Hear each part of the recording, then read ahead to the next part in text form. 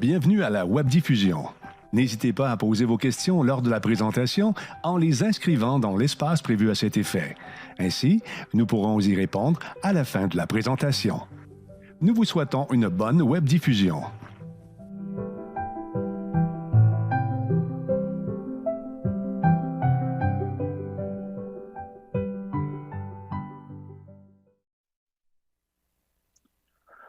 Bonjour mesdames et messieurs et bienvenue à ce webinaire de présentation du programme de chaire de recherche de Scale AI. Je m'appelle Julien Billot, je suis le directeur général de Scale AI et j'ai l'immense plaisir de vous présenter ce programme qui a vu le jour sous l'initiative tout d'abord d'Hélène Desmarais, qui est la coprésidente de Scale AI, mais aussi de deux professeurs importants de l'écosystème de Montréal, Gilles Savard et André Alaudy, qui ont été à l'initiative de ce programme depuis 2017.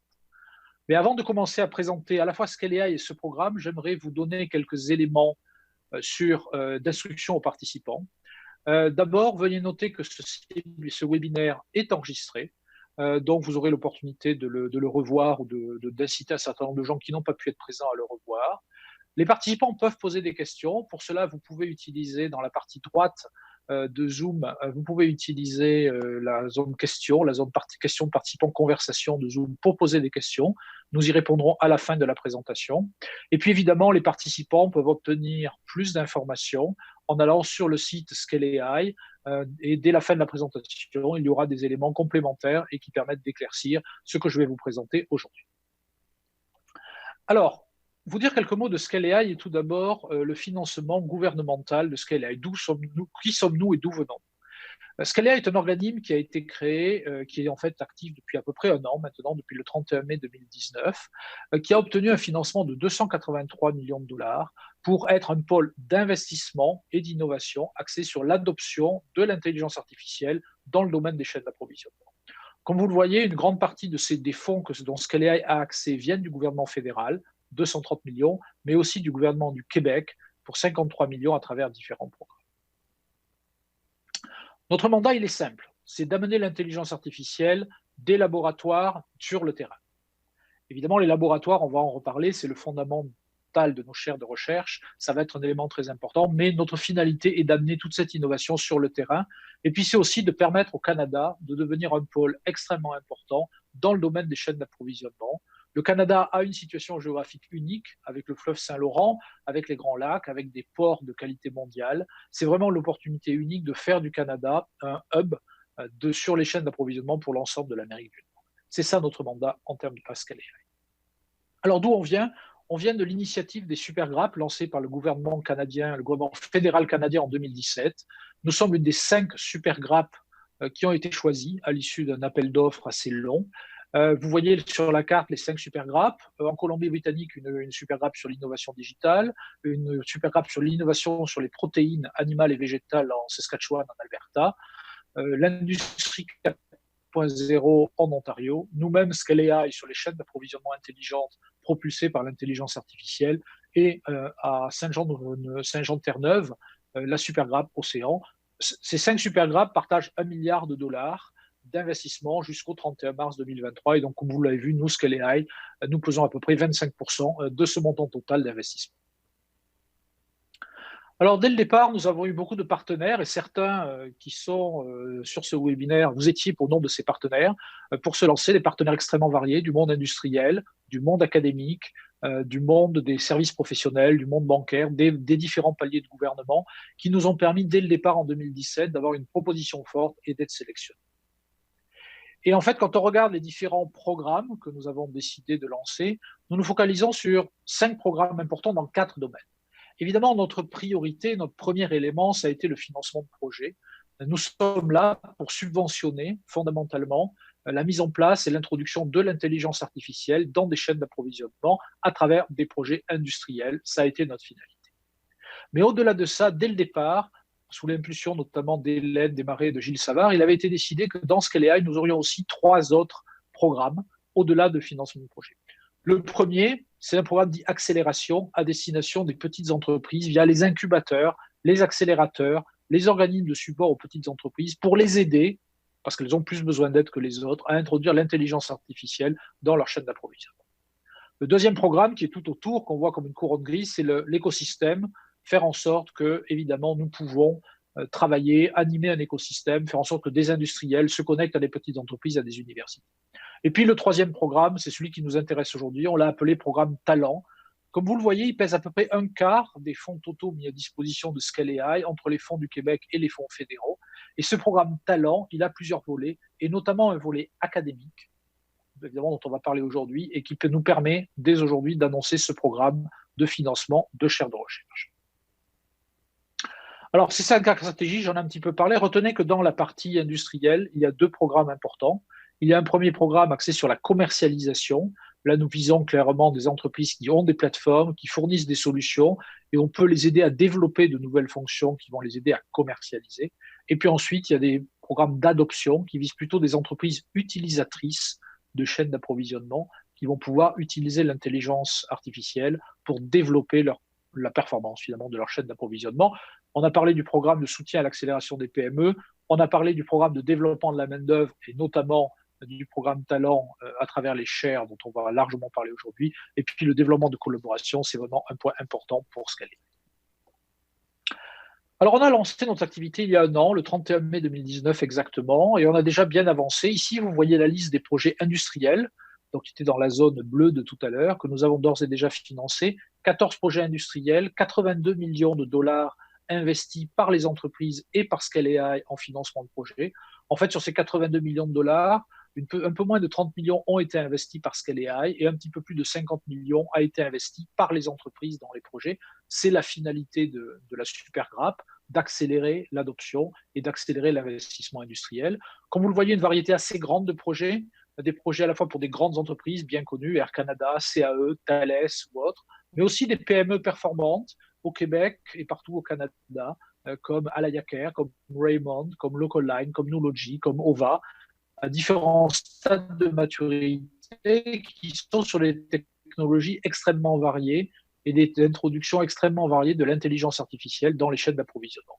Nous avons beaucoup d'autres projets qui sont d'ores et déjà validés mais pas annoncés, qui fait que le montant réel d'investissement de Scale AI est beaucoup plus important que celui-là, mais là, il faudra attendre encore quelques jours ou quelques semaines pour dévoiler les projets industriels que nous avons déjà validés, mais que nous n'avons pas rendus publics. Donc, Scale AI avance bien dans son volet industriel, ce qui nous permet maintenant d'avancer sur nos autres programmes, et notamment le programme Talent. Alors, dans ce programme Talent, il y a un élément extrêmement important, ce sont ces chaires de recherche Scale AI, qui visent vraiment à faire en sorte que de la recherche fondamentale soit développée en intelligence artificielle, pour l'appliquer aux chaînes d'approvisionnement intelligentes. Donc c'est ça le but aujourd'hui de ce webinaire, c'est de présenter notre programme et évidemment de répondre à toutes les questions que vous pourriez avoir sur ce programme. Alors, quel est l'objectif? L'objectif, il est simple, c'est de fournir du financement aux universités canadiennes, bien évidemment, dans le but de renforcer la position du Canada au titre de leader mondial de l'intelligence artificielle. Et ce qu'on vise, de façon très claire, d'abord, c'est un accroissement de la capacité de recherche appliquée.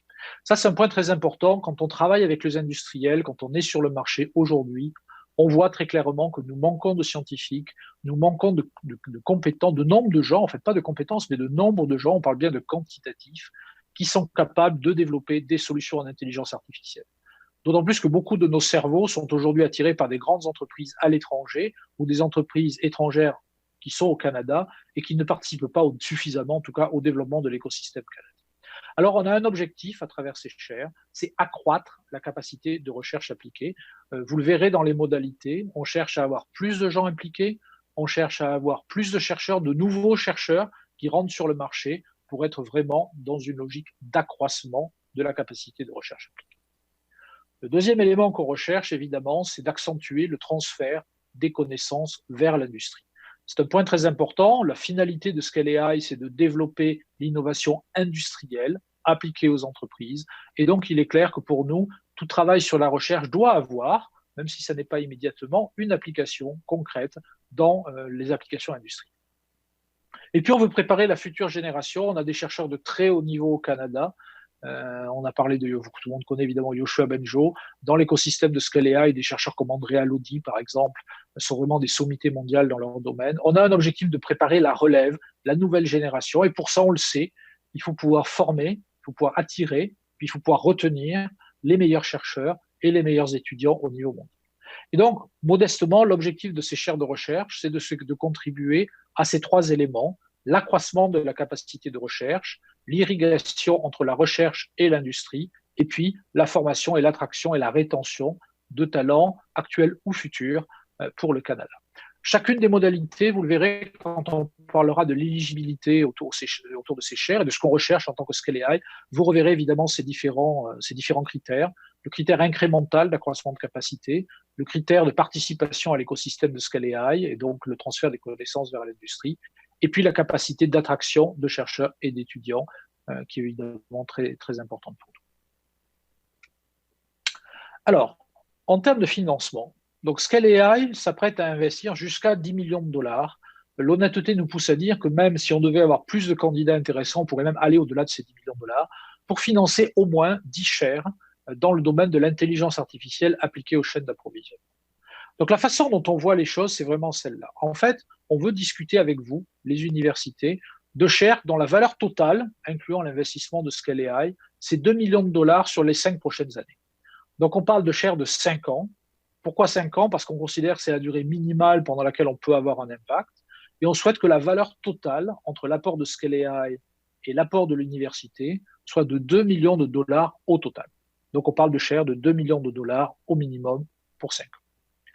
Scale AI apportera au minimum 1 million de dollars sur ces chaires et la façon dont ça va se passer. Donc l'université apportera au moins un autre million de dollars. Ça sera peut-être une question que vous avez, mais je peux d'ores et déjà le dire. Le million de dollars apporté par l'université peut venir de sources extrêmement variées, les fonds de l'université, d'autres fonds publics, des mécènes, des entreprises. Donc vous avez toute liberté pour financer la partie que Scale AI ne financera pas. La façon dont Scale AI va financer ces chaires est un peu compliquée, je m'en excuse par avance, c'est lié à l'accord de contribution qui nous lie avec le gouvernement fédéral. Et en fait, la façon dont on va procéder, c'est qu'on va rembourser des dépenses éligibles jusqu'au 31 mars 2023. Alors, je vais revenir sur ces éléments-là qui, évidemment, sont au cœur du financement du programme de chaires de Scale AI. D'abord, notre existence légale est jusqu'au 31 mars 2023. C'est-à-dire que nous ne pouvons pas rembourser des dépenses postérieures au 31 mars 2023. Donc c'est pour ça que notre participation s'arrêtera à ce stade, en tout cas au 31 mars 2023. Nous ne savons pas si le programme sera étendu au-delà, c'est trop tôt pour le dire. Donc notre financement s'arrêtera le 31 mars 2023.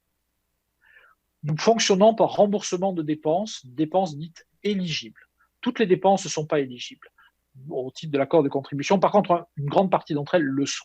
Donc, nous allons fonctionner par remboursement de dépenses éligibles. Quelles sont ces dépenses éligibles? Notamment les salaires. Nous pouvons rembourser les salaires, évidemment, du titulaire de la chaire, mais de toutes les personnes qui seraient amenées à fonctionner dans la chaire. Le mot important ici, c'est salaire. Nous ne pouvons pas rembourser des dons, des bourses. Nous ne pouvons rembourser que des salaires. Par contre, nous pouvons rembourser tous les salaires des gens qui travaillent, des employés de la chaire, quel que soit leur statut. Donc effectivement, il vous adviendra, dans le cadre de cette chaire, d'employer les gens sur des statuts de salariés, d'employés, et non pas de fonctionner avec des dons. On sait que c'est pas toujours comme ça que les universités fonctionnent, mais que la plupart des universités peuvent fonctionner dans ce cadre-là. Nous pouvons aussi rembourser des locaux qui sont à condition qu'ils soient strictement utilisés pour la chaire. Nous pouvons rembourser l'achat de matériel qui serait aussi utilisé pour la chaire. Ce que nous ne pouvons pas rembourser, ce sont les primes, des bénéfices, la structure de l'université. On ne peut pas contribuer légalement à ces éléments-là. On ne peut pas non plus contribuer aux fonds de recherche et on ne peut pas contribuer, comme je l'ai dit, à tous les emplois qui seraient valorisés sous forme de dons et de bourses. On ne peut pas non plus valoriser les dispenses de cours. Donc ça veut dire très concrètement que sur une chaire de 5 ans, qui vaut 2 millions de dollars dans son ensemble, en gros, le message simple, c'est que Scale AI financera quasiment l'intégralité de la chaire pour jusqu'au 31 mars 2023 et qu'ensuite, l'université financera la deuxième partie de la chaire entre le 31 mars 2023, le 1er avril 2023 et la fin de la chaire. Globalement, on dit ça parce qu'on espère bien, puis on y reviendra, que vous allez pouvoir nous soumettre des candidatures pour des gens qui pourraient rentrer entre le mois de septembre et le mois de décembre 2020. Et donc, globalement, Scale AI financera entre 2 ans et 8 mois et 2 ans et quelques mois de dépenses pour jusqu'à 1 million de dollars. Et ensuite, l'université prendra le relais pour la partie après le 31 mars 2023. Donc, au-delà des complexités qui seront détaillées dans le document de programme, de sélection de programme et dans les différents documents que vous allez recevoir. Je pense que le message le plus simple à comprendre, c'est vraiment celui-là. Sur ces shares de 2 millions sur 5 ans, Scale AI finance la première moitié, l'université finance la deuxième moitié. Alors, comment cet appel d'offres, finalement, comment cet appel à candidature va fonctionner? On va parler d'abord de toute la phase de demande et puis après de la phase de fonctionnement du programme. Alors, sur la demande, comme toujours dans nos programmes Scale AI, il y a deux phases. Il y a une phase d'admissibilité, d'éligibilité, ça c'est la première phase, et puis une phase de sélection basée sur une soumission détaillée. En fait, la raison d'être de ces deux phases, c'est qu'on veut très vite vous donner l'heure juste, savoir si votre candidat, votre chair est éligible ou pas. Et puis, si elle est éligible, là, vous pouvez commencer à dédier beaucoup plus de ressources pour la soumission détaillée. On ne veut pas faire perdre du temps inutilement aux différents organismes en ne donnant pas l'heure juste dès le départ. Alors, les critères d'éligibilité, ils sont assez simples et très liés aux différents objectifs du programme Scale AI que j'ai décrit tout à l'heure. D'abord, évidemment, la portée de la chaire. On veut vraiment que le candidat et la chaire aient une portée mondiale, une portée importante. On veut contribuer à la place du Canada dans le domaine de l'intelligence artificielle. Évidemment, on veut une portée significative pour le titulaire de chaire. Le candidat va être quelqu'un évidemment de très important. On va sélectionner beaucoup sur le candidat, son pédigré, son potentiel pour vraiment attirer les meilleurs chercheurs mondiaux au Canada. On va regarder aussi quels pourraient être les bénéficiaires de la chaire, à la fois dans le monde universitaire et hors du monde universitaire. C'est très important pour nous pour regarder l'impact dans l'écosystème de Scale AI.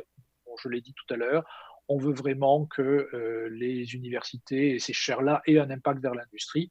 On veut regarder les bénéficiaires. Et puis finalement, on veut regarder l'état de préparation. C'est clair qu'on veut avoir un impact le plus vite possible. Ce programme a été un petit peu long à lancer de notre côté, puis on s'en excuse clairement. On a eu beaucoup de discussions préalables pour le faire avancer, mais on veut en même temps au moins donner 2 ans à 2 ans et demi de financement de Scale AI assez cher. Donc, on veut que l'état de préparation sera pour nous un élément important. On veut que les candidats puissent rentrer entre le mois de septembre, enfin, dès que possible, et la fin de l'année 2020 pour avoir un impact direct et pour contribuer aux objectifs de Scale. Après l'éligibilité, la deuxième phase, c'est la phase de soumission détaillée. Puis là, on va un peu mesurer les mêmes choses, mais en vous demandant plus d'informations. Évidemment, ce qu'on va noter cette fois-ci, parce que l'éligibilité, finalement, c'est 1 ou 0, où votre chaire est admissible ou elle ne l'est pas. La phase de soumission détaillée, elle permet de sélectionner. Donc, vous pouvez avoir une chaire admissible. Par contre, on peut ne pas la sélectionner parce que pour telle ou telle raison, puis c'est une forme de compétition. Ce qu'on va rechercher dans la soumission détaillée et ce qu'on va noter, et puis quelque part, l'étendue des lignes horizontales que vous voyez, c'est le poids qu'on donne à chacune. D'abord, évidemment, l'alignement à la stratégie de Scale AI. On est dans le domaine de l'intelligence artificielle, on est dans le domaine des chaînes d'approvisionnement. Il faut évidemment que la chaire soit reliée à ces domaines-là. On va regarder les compétences du candidat responsable. On va aussi regarder, ça n'est pas un critère éliminatoire, dans quelle mesure ce candidat est nouveau dans l'écosystème. On veut vraiment que ces chaires servent à attirer des candidats qui ne sont pas au Canada aujourd'hui pour enrichir. C'est le côté incrémental dont je parlais tout à l'heure. Donc, on va vraiment regarder ce côté-là. Ça n'est pas un critère éliminatoire, mais c'est un critère fortement recommandé par rapport à cette soumission détaillée. On va regarder évidemment la qualité et la structure du programme de recherche, qui est un élément évidemment très important dans le choix d'une chaire. On va regarder l'impact sur l'écosystème, la façon dont cette chaire pourrait bénéficier aux industriels, à d'autres travaux de recherche, à l'ensemble de l'écosystème de Scale AI, et puis évidemment l'administration et la gouvernance de la chaire et de l'université qui la soutient. Donc ça, ce sont des critères qui vont former une grille de sélection. Je reviendrai sur le mode de sélection, mais qui vont former une grille d'analyse pour nous sur la qualité et la sélection de la chaire. Alors, sur ces deux phases, donc je disais première phase, phase d'admissibilité, phase d'éligibilité. Comment est-ce que concrètement on peut présenter une demande? Et en fait, c'est très simple. Dès demain ou dès la fin de l'après-midi, vous pouvez aller sur le site scaleai.ca, l'onglet formation, et vous allez trouver une page sur le programme de chaire de recherche en intelligence artificielle. Et d'ores et déjà, en ligne, vous pouvez présenter une demande d'admissibilité, finalement d'éligibilité assez simple, avec un formulaire relativement rapide, qui vous permet de remplir les principaux éléments que j'ai cités tout à l'heure et pouvoir nous fournir ces éléments-là pour que très vite, on soit dans l'éligibilité. En ce qui concerne la deuxième phase, si votre projet est éligible, admissible. Dans ce cas-là, on va vers la soumission détaillée. Et là, pour présenter une demande, on vous fera parvenir la soumission détaillée avec le guide de soumission au programme. C'est un document un petit peu plus complet, évidemment, parce qu'on va rechercher plus d'informations. On va dire, si l'admissibilité, c'est 2 pages, la soumission détaillée sera plutôt une vingtaine de pages. Et pour la remplir, la soumission détaillée, c'est l'occasion pour moi de présenter Jean-François Lefort, qui est le responsable du programme Talent au sein de Scale AI. C'est lui qui sera votre interlocuteur. Et vous pourrez retourner la soumission détaillée à l'adresse mail que vous voyez, jean-françois.lefort@scaleai.ca. C'est lui qui sera votre interlocuteur et qui vous permettra de remplir et de préciser cette soumission détaillée. En termes de processus, le processus d'application, je voudrais vraiment revenir un petit peu là-dessus. D'abord, Scale AI n'est pas une boîte noire. C'est-à-dire, on vous encourage vraiment, et tout notre processus, c'est comme ça qu'on fait sur les projets, c'est comme ça qu'on fait sur d'autres sujets. C'est vraiment de travailler avec vous pour nous assurer que vous avez toute l'information requise. Et donc, nous ne sommes pas là pour recevoir des documents et ne plus jamais vous parler.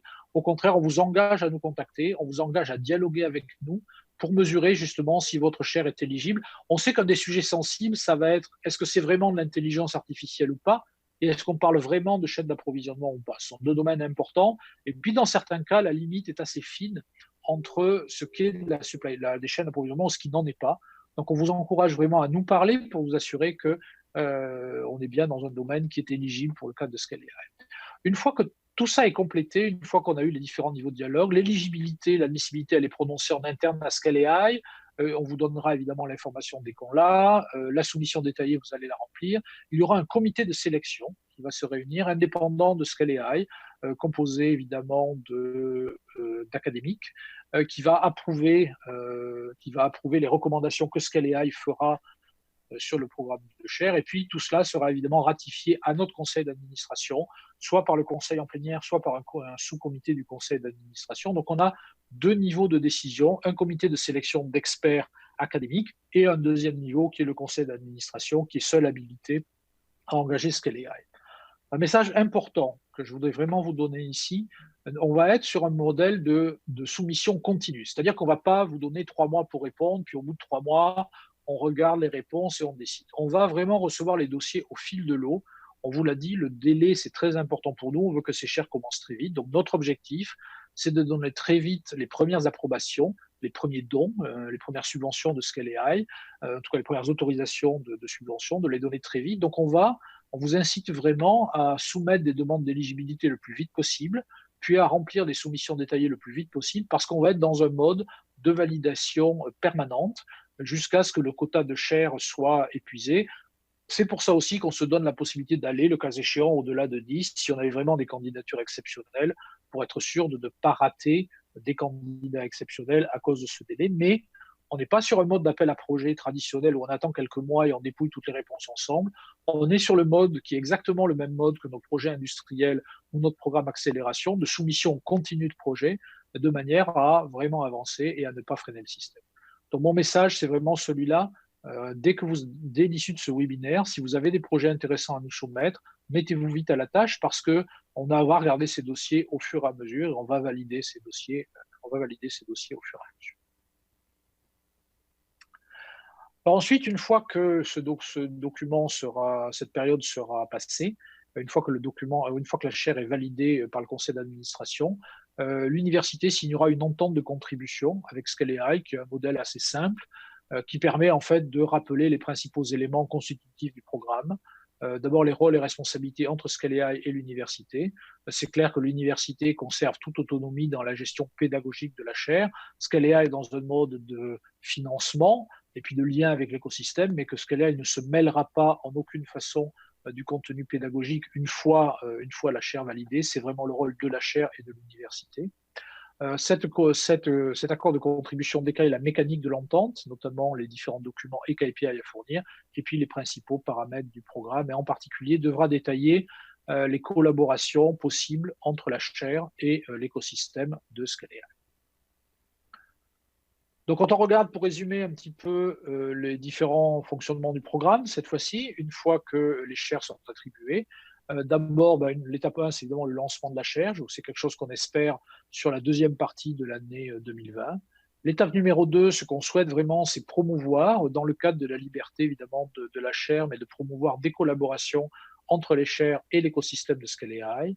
L'étape 3, ça sera, on aura un certain nombre de rapports trimestriels qui nous permettent de mesurer et de rendre compte nous-mêmes à notre donneur d'ordre qui est le gouvernement fédéral et le gouvernement provincial, des différents éléments du plan de recherche. Et puis évidemment, l'étape 4, c'est les rapports d'avancement et le remboursement des dépenses, puisque comme je vous le disais en préambule, on va fonctionner par remboursement de dépenses et donc on doit vérifier que les dépenses sont prouvées, que les dépenses sont éligibles et qu'on peut donc les rembourser conformément à nos critères du programme. Donc voilà ce que je voulais vous présenter en une vingtaine de minutes. C'était assez dense, j'espère pas trop, assez clair en tout cas sur les principaux éléments. C'est vraiment un programme extrêmement important pour nous. Quand on regarde les objectifs de Scale AI, qui est de faire une différence dans l'introduction de l'intelligence artificielle pour les chaînes d'approvisionnement, ce programme de chaire de recherche est extrêmement important pour nous parce que c'est la matrice de l'innovation. S'il n'y a pas de chercheurs, s'il n'y a pas d'étudiants qui seront de futurs chercheurs ou entrepreneurs, c'est clair qu'on limitera l'innovation au Canada. Donc ce programme est un de nos programmes phares. C'est comme ça qu'on le considère. C'est pour ça que c'est la première brique du programme Talent fédéral que nous lançons aujourd'hui. Donc on espère que vous serez nombreux à répondre, nous donner beaucoup de mots de tête pour la sélection des meilleurs candidats. Et on vous remercie de votre attention. Ce qu'on aimerait maintenant, c'est vous donner, si vous en avez, en tout cas, de vous donner la parole, comme je l'expliquais, la zone de chat, la zone de dialogue de Zoom. Et puis, si vous n'en avez pas, mais que vous avez des questions complémentaires, mon équipe et moi serons à votre disposition pour y répondre dès la fin de ce webinaire. Alors, merci de votre attention et je crois que je laisse la parole à Isabelle pour s'il y a des questions.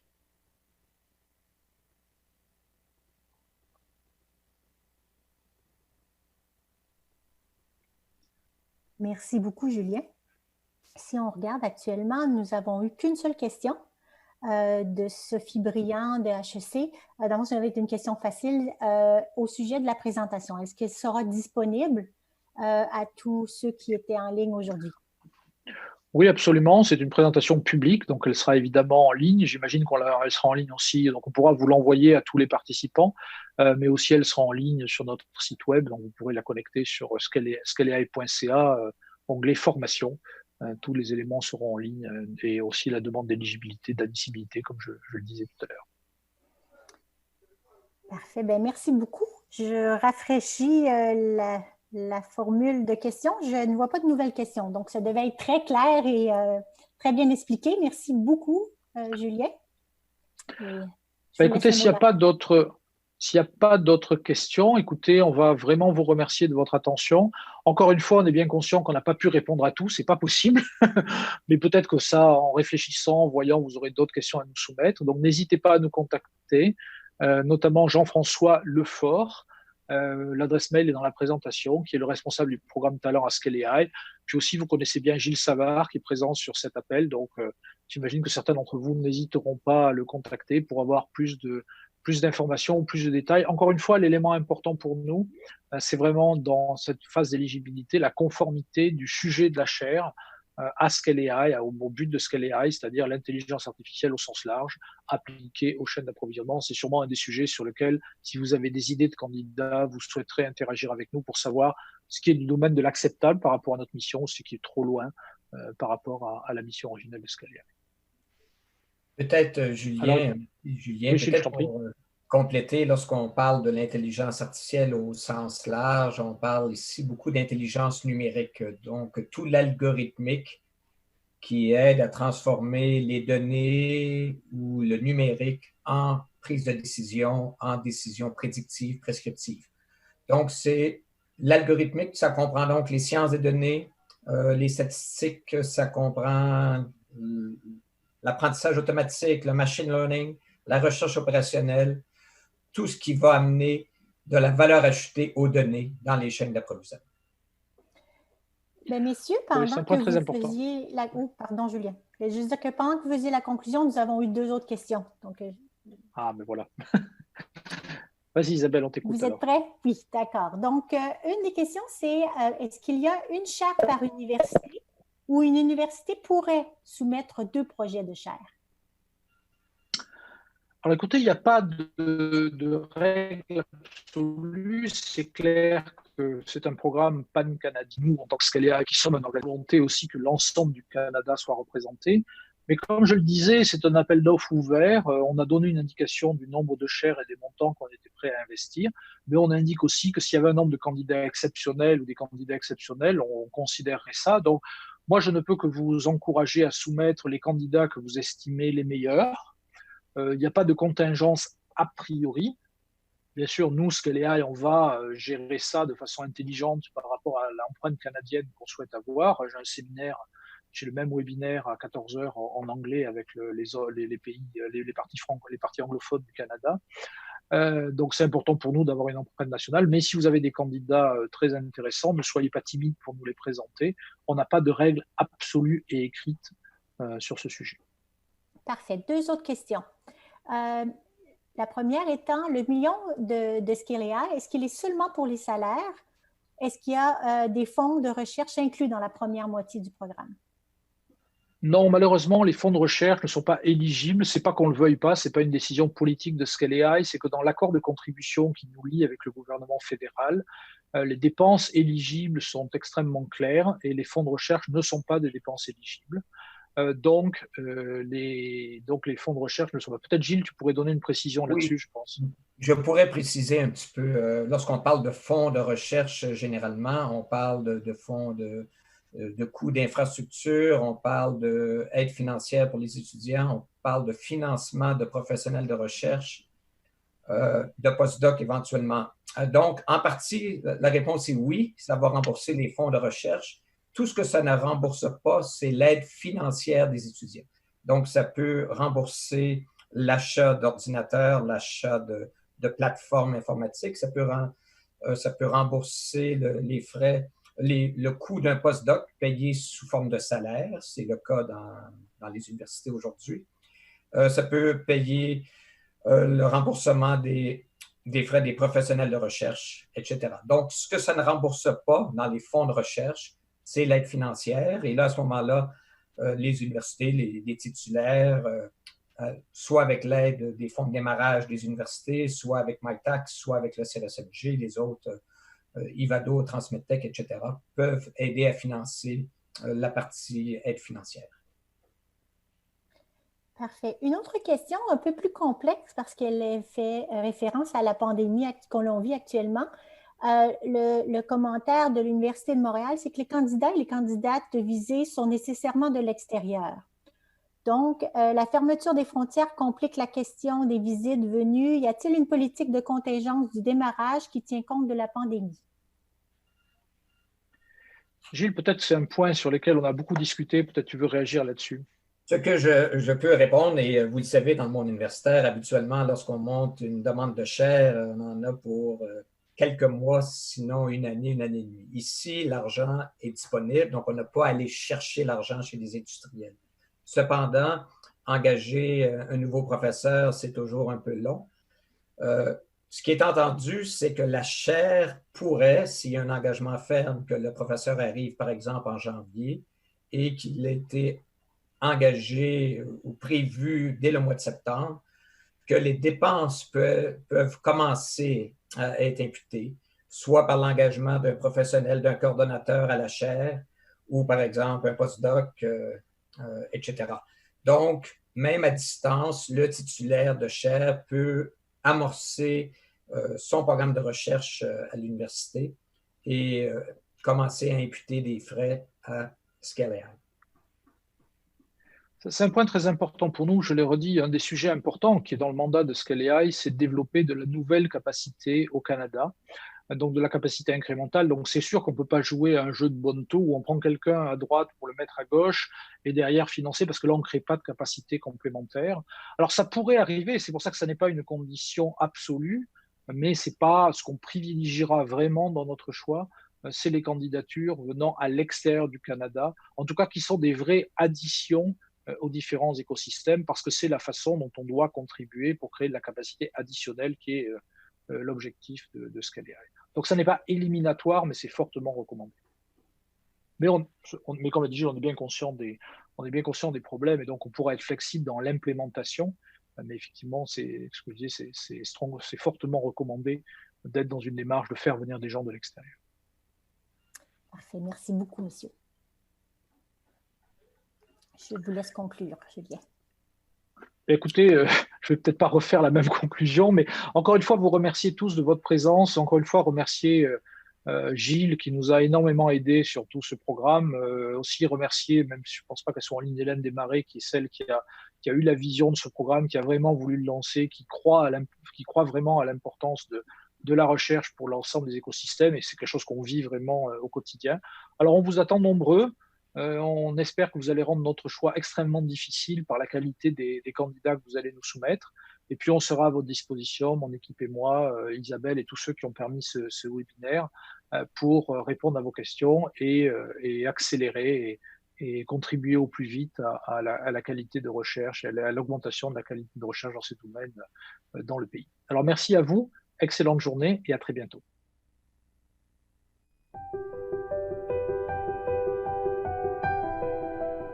Merci beaucoup de votre participation et à bientôt.